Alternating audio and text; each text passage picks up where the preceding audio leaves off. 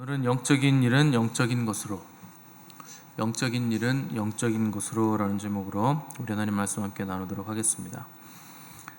사람이 나이가 들수록 육신의 것을 더 추구하면 추하다, 이렇게 부르게 되어 있습니다. 그래서 나이가 들수록 영성을 개발하지 않고 육신만 도모하면 늙어지긴 했는데 점점 더 육신의 정욕을 추구하기 때문에 인생 말년에 멸시와 천대를 받게 됩니다. 그래서 항상 영의 일을 먼저 생각하고 영의 일을 추구해야 된다 하는 것을 성경은 계속 우리에게 말씀하는데, 영의 일과 육의 일을 분리할 때 조심하셔야 되는 것이, 이게 영지주의자들처럼 육은 악한 거다, 이제 이런 개념이 생기기가 굉장히 쉽습니다. 그런 개념이 아니라 육이 악하다라고 할 때는 육적으로 끌려가는 그 본성, 그 세상으로 끌려가는 그 육적 본성이 악한 것이지 육신 자체가 악하다 하는 뜻은 아니라는 것을 우리가 항상 생각을 할 수 있어야 됩니다. 육 자체는 구원에 있어서는 필수적인 거예요. 그래서 바울이 영과 혼과 몸, 육이 흠없이 보존되기를 원한다, 이렇게 말씀했을 때 그 사람의 전 인격이 영과 혼과 육이기 때문에 그 중에 하나라도 누락된다면 그 사람은 뭔가 모자른 것이다, 결핍이 있는 인간이라 하는 거죠. 그래서 항상 영은 몸이 온전하게 다 구성이 되어서야 사람이고, 그 구성에서 육이 빠지면 온전함이 사라지기 때문에 우리가 육과 영을 분리할 때는 그 육적인 본성을 분리하는 것이라 하는 것을 반드시 기억을 하셔야 됩니다. 그래서 우리가 영의 사람이 되어야 된다 할 때는 육이 필요 없는 것이 아니라, 육적 본성에 이끌리는 사람이 아니라 영적인 것에 끌리는 사람이 되어야 된다 하는 뜻이죠. 그래서 우리가 영에 속한 사람, 신령한 사람이 되게 하기 위해서 하나님은 미리 우리를 위해서 움직이시는 하나님이십니다. 그래서 9절 보시면 기록된 바 하나님이 자기를 사랑하는 자들을 위하여 예비하신 모든 것이라는 표현이 나오죠. 여기 예비하셨다 하는 게 미리 마련하셨다, 미리 준비하셨다 하는 뜻입니다. 이게 언제 미리 준비하신 것인가? 창세전에 우리를 택정하시고 예정하시고 미리 준비하시고 예정하셔서 우리를 하나님의 백성 되게 하셨다 하는 엄청난 선포를 지금 하고 있는 셈인 겁니다. 그래서 하나님은 항상 미리 아시죠. 갑자기 지금 어떤 일이 발생했을 때 놀라셔서 뭔가를 해결하시는 분이 아니라 미리 하시고 다 초월하셔서 모든 것들을 다 해결하실 수 있는, 그리고 해결이라는 개념이라기보다는 미리 다 예정하신 하나님이시죠. 그게 하나님의 전지하심이고 전능하심이라 하는 거죠. 그러니까 하나님이 모든 걸 다 아신다, 그분이 전지전능하시다 하는 것 자체가 우리에게는 큰 위로입니다. 그러니까 삶은 언제나 불확실성의 연속인데 하나님에게는 불확실성이 없으시다 하기 때문에, 또 그분이 미궁에 빠지거나 당황하시는 일이 없기 때문에 우리가 그분 안에 있다 하는 것은 그분을 통해서 항상 안심할 수 있다, 우리는 안정감을 누릴 수 있다 하는 것이죠. 그래서 지난 날을 생각해 보면 우리는 하루도 확실한 것이 없었죠. 단 하루도 우리가 확실한 게 있었는가? 없었죠. 1초 뒤의 일도 우리가 모르니까 그렇게 살아왔는데, 하나님은 우리의 삶을 신실하게 인도하셔서 오늘날 우리를 여기까지 인도하시고 이렇게 우리를 만들어 놓으셨고, 그 과정 가운데서 예외적인 일들은 하나도 없었다 하는 겁니다. 그래서 출애굽한 이스라엘 백성들이 홍해가 앞에 막혀 있고 뒤에 애국 군대가 쫓아올 때도 아무도 이걸 어떻게 해결해야 되는지 몰랐을 때도 하나님은 바닷속에 길을 준비해 두셨죠. 또 광야에서 음식이 없을 때, 물이 없을 때 만나와 메추라기를 내리시고, 또 바위를 가르셔서 물을 내시고, 또 추위와 더위를 어떻게 해결할까 방법이 없을 때도 하나님은 낮에 구름 기둥과 밤에 불 기둥으로 그들을 따뜻하게 또 시원하게 더 지켜내셨고, 독수리가 새끼 기르듯 암탉이 병아리 품듯 이스라엘 백성들을 품으시고 인도하셨다. 미리 그게 다 예정하신 것이라 하는 것이고, 그때만이 아니라 지금 우리도 하나님은 그렇게 품으시고 구름 기둥과 불 기둥으로 우리를 여전히 지키시고 보호하신다는 겁니다. 각 사람에 따라서 사람에 맞게, 시대에 맞게 그 사람의 환경에 맞게 또 수준에 맞게 하나님은 그렇게 하신다는 거예요. 그래서 사람마다 너무도 정교하고 정확하게, 그런데 사람마다 다르게 그 일을 하시기 때문에 다른 사람의 경우가 나에게 있어서 뭐 참고는 될 수는 있겠지만 그 사람 것이 내 것이 될 수는 없는 겁니다. 그래서 다른 사람의 것 부러워하는 거, 그게 가장 그 교만한 거고, 나는 내가 되기 싫다고 하는 선포를 하는 것과 같은 겁니다. 하나님 사람마다 다르게 역사하시는데 다른 사람하고 비교하면서 나도 저걸 받기 원한다, 그건 자기가 하나님 되겠다는 거죠. 하나님이 가장 좋은 것 주신다는 믿음 자체가 그 사람에게는 무너져 있다는 겁니다. 그러니까 아직 기초 작업도 안 돼 있다는 거예요. 다른 사람을 부러워하거나 다른 사람을 비난하고 정죄하거나 저 사람은 주는데 나는 왜 안 주냐, 이런 식으로 생각하는 것 자체가 굉장히 어린아이 같은 신앙에 머물러 있다는 뜻입니다. 그러니까 사람 스스로는 하나님의 그 마음을 헤아리지 못하죠. 그분의 뜻도 알기 어렵죠. 그래서 우리에게 하나님이 성령님을 보내주신 겁니다. 성령님은 우리에게 그런 것들을 다 알려주신다는 거예요. 그래서 10절 보시면 오직 하나님이 성령으로 이것을 우리에게 보이셨으니 성령은 모든 것 곧 하나님의 깊은 것까지도 통달하시느니라. 11절 보시면 사람의 일을 사람의 속에 있는 영 외에 누가 알리요, 이와 같이 하나님의 일도 하나님의 영 외에는 아무도 알지 못하느니라. 그러니까 성령님은 하나님의 영이시고 그분 자체가 하나님이십니다. 하나님의 영이라는 건 그분이 하나님이라는 뜻이에요. 또 성령님이 하나님의 영이시고 하나님이시기 때문에 하나님과 분리되지 않으신다. 그분 자체가 하나님이시다. 때문에 하나님의 마음을 아시는 분도 하나님의 영이신 성령님이실 수밖에 없고, 그래서 성령님이 하나님의 깊은 것을 통달하신다 하는 거죠. 이거 통달한다는 게 뭐 돌을 통달한다 뭐 이런 의미가 좀 뉘앙스가 강한데, 이 헬라어로 통달하다는 단어가 찾는다라는 뜻이고 또 탐색하다라는 뜻이고, 조금 고급진 단어로 표현하면 통찰력이 있다라는 뜻입니다. 그러니까 통달한다는 건 통찰력을 가지고 있다. 그러니까 큰 안목에서 전체를 파악하는 능력을 가지고 있다. 그래서 꿰뚫어 보는 안목이 있다. 뭐 이런 뜻이죠. 그러니까 성령님이 하나님의 뜻을 통찰할 수 있는 유일한 영이시라 하는 겁니다. 다른 어떤 영도 그렇게 할 수 없고 오직 성령님만 그렇게 할 수 있기 때문에 성령님이 아니고서는 하나님의 뜻과 목적과 의지를 알 수도 없고 찾을 방법이 전혀 없다 하는 겁니다. 반대로 말하면 그 성령님이 거하시면 그는 하나님의 뜻을 알 수 있고 하나님의 목적과 그분이 추구하시는 의미도 알 수 있게 된다. 우리 인생을 향한 하나님의 뜻도 알 수 있게 된다는 것이죠.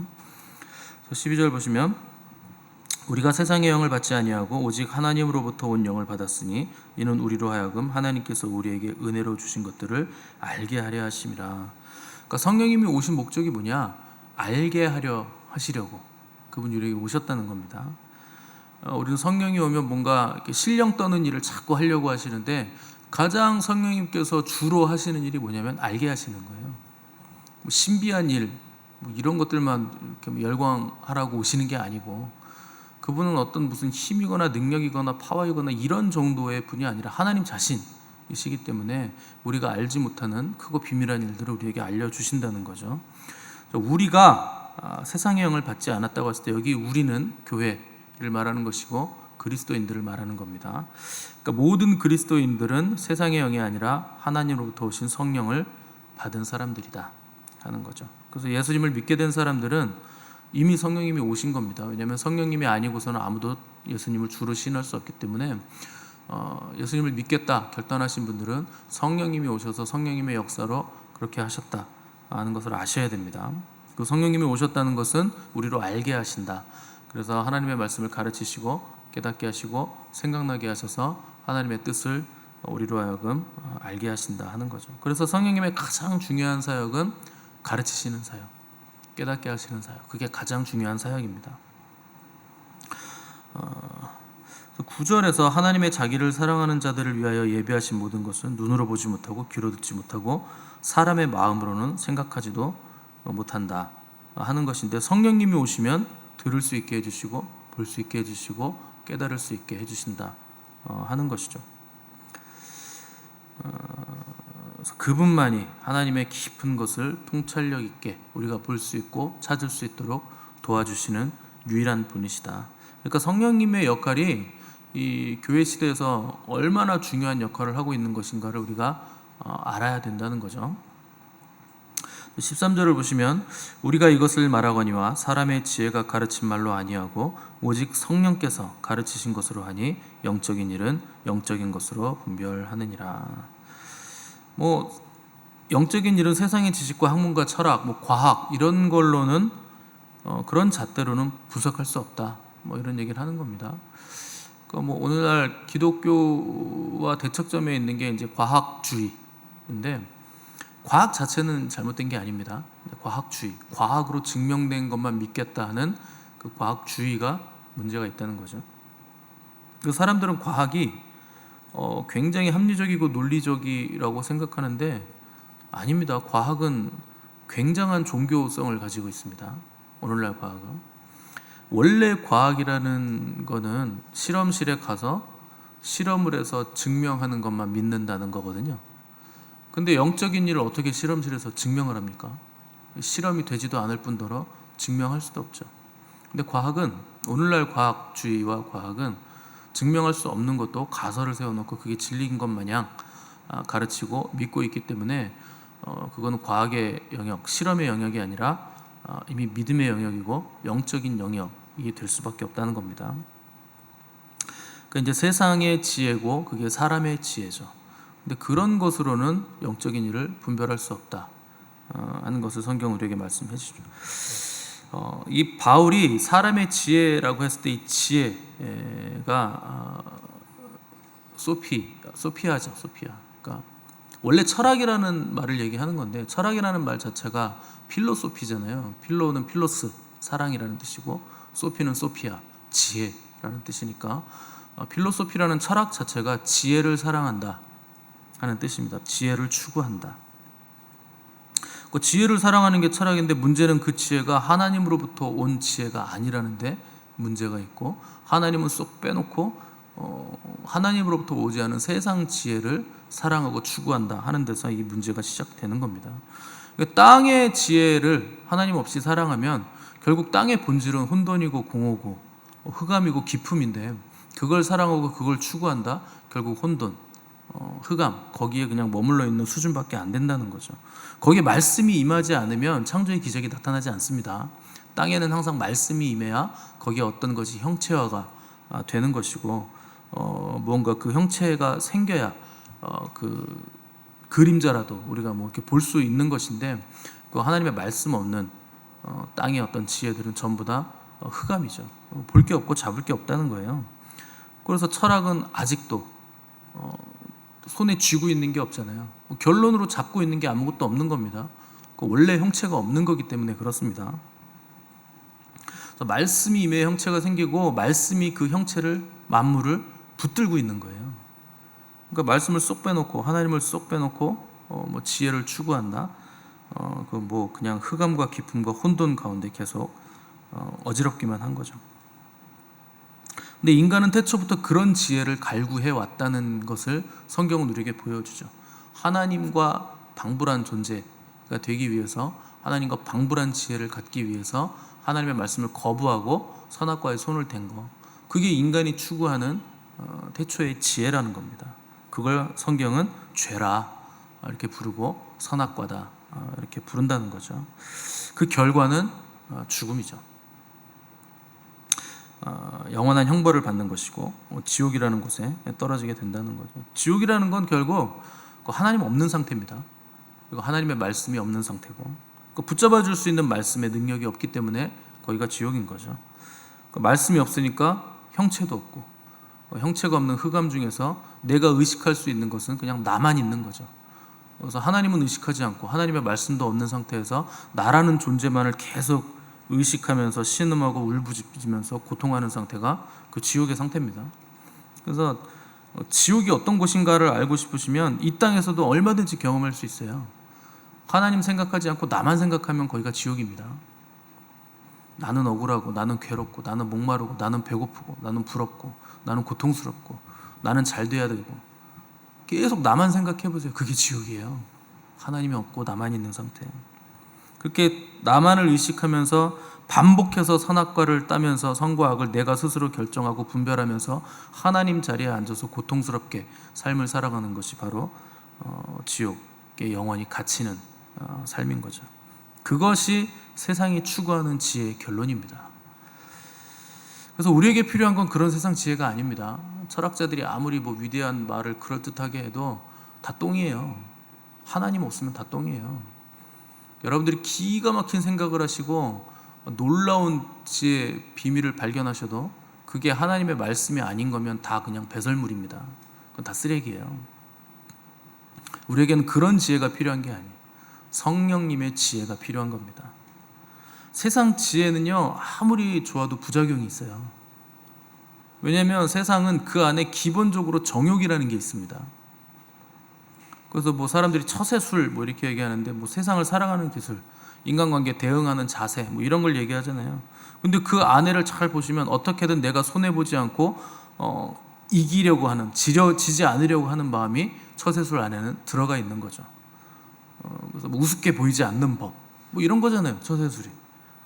그 안에 정욕이 있다는 거죠. 그러니까 당연히 부작용이 있을 수밖에 없고, 내가 남을 이기려면 밟고 올라가든지 그를 죽이고 올라가든지 그러다 나도 죽든지 이런 부작용들이 계속해서 그 세상 지혜 안에는 도사리고 있다는 거죠. 설교할 때도 마찬가지입니다. 제가 세상 지혜와 지식 끌어들여서 설교하면 말은 멋있을 수 있죠. 그리고 예화도 재밌는 거, 아주 기가 막힌 거 들 수는 있겠지만, 그런 것들로만 계속 설교를 하게 되면 성도들의 영은 자라나질 않습니다. 지식은 많아질 수 있어요. 정보는 많아질 수 있겠죠. 근데 영은 자라나지 않죠. 근데 영적인 일은 영적인 것으로 해야 되는 거예요. 육적인 것을 자꾸 끌고 들어와서 영적인 것들을 하려고 하면 영이 결국 죽게 됩니다. 육이 강화되기 때문에. 그래서 항상 우리는 성령님의 가르침을 들어야 되고 성령님의 가르침을 가르칠 수 있어야 되는 거죠. 그래서 우리가 성령님의 음성을 듣는다는 거 그거 굉장한 일이죠. 하나님의 음성을 듣는 것이기 때문에 대단한 특권이 우리에게 주어진 겁니다. 그러니까 오늘날 하나님의 음성 듣는다 그러면 이상하게 생각하시는 분들이 있는데, 글쎄요, 저는 그분들이 더 이상해요. 듣지도 못할 하나님을 왜 믿습니까? 하나님 말씀 듣지도 못하고 기도는 왜 합니까? 하나님 음성 듣지도 못할 거, 응답도 못 받을 걸 왜 기도 안 보고 그렇게 부르짖습니까?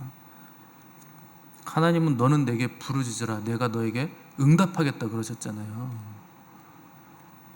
응답도 못 받을 기도를 왜 하며 음성도 듣지 못하는 벙어리 하나님, 말씀하시지도 않는 벙어리 하나님을 어떻게 믿습니까? 그런 분은. 내 양은 내 음성을 듣는다 그러시잖아요. 주님도. 결론은 주님 양이 아니다. 그러니까 못 듣는다. 그렇게밖에 결론이 날 수밖에 없는 거죠. 세계적으로 가장 유명한 존 메가더 목사님이란 분이 있습니다. 지금 현재 기독교 복음주의계에서는 가장 유명하고 가장 공신력 있는 설교자죠.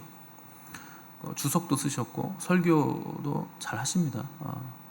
근데 그분은 성령님의 역사를 부인해요. 끝났다 오늘날은.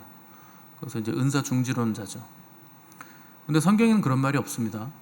눈 씻고 찾아보세요. 그런 말이 있는지. 그러니까 자기가 미루어 짐작하고 은사주의 교회들에 대해서 굉장한 적대감을 가지고 있는 분이죠. 무슨 상처가 있는지 모르겠는데 결론은 자기의 설교, 자기의 생각이 하나님의 말씀보다 위에가 있는 거예요. 워낙에 설교자로서 유명하고 사람들이 추앙하니까 자기 설교가 성경이 말하지 않는 것들을 설교하면서 자기 설교가 성경보다 더 공신력이 있고 성경보다 더 위대하다고 생각하는 교만이 그 안에 있는 거죠. 하나님은 말씀하시는 하나님이세요. 태초부터 하나님은 말씀하시는 하나님입니다. 그분은 변함이 없으세요. 내가 어느 때까지는 말할 거고 어느 때 이후부터는 안 할 거야, 이렇게 성경에서 얘기하신 적이 없어요. 그분은 동일하십니다. 언제나 동일하세요.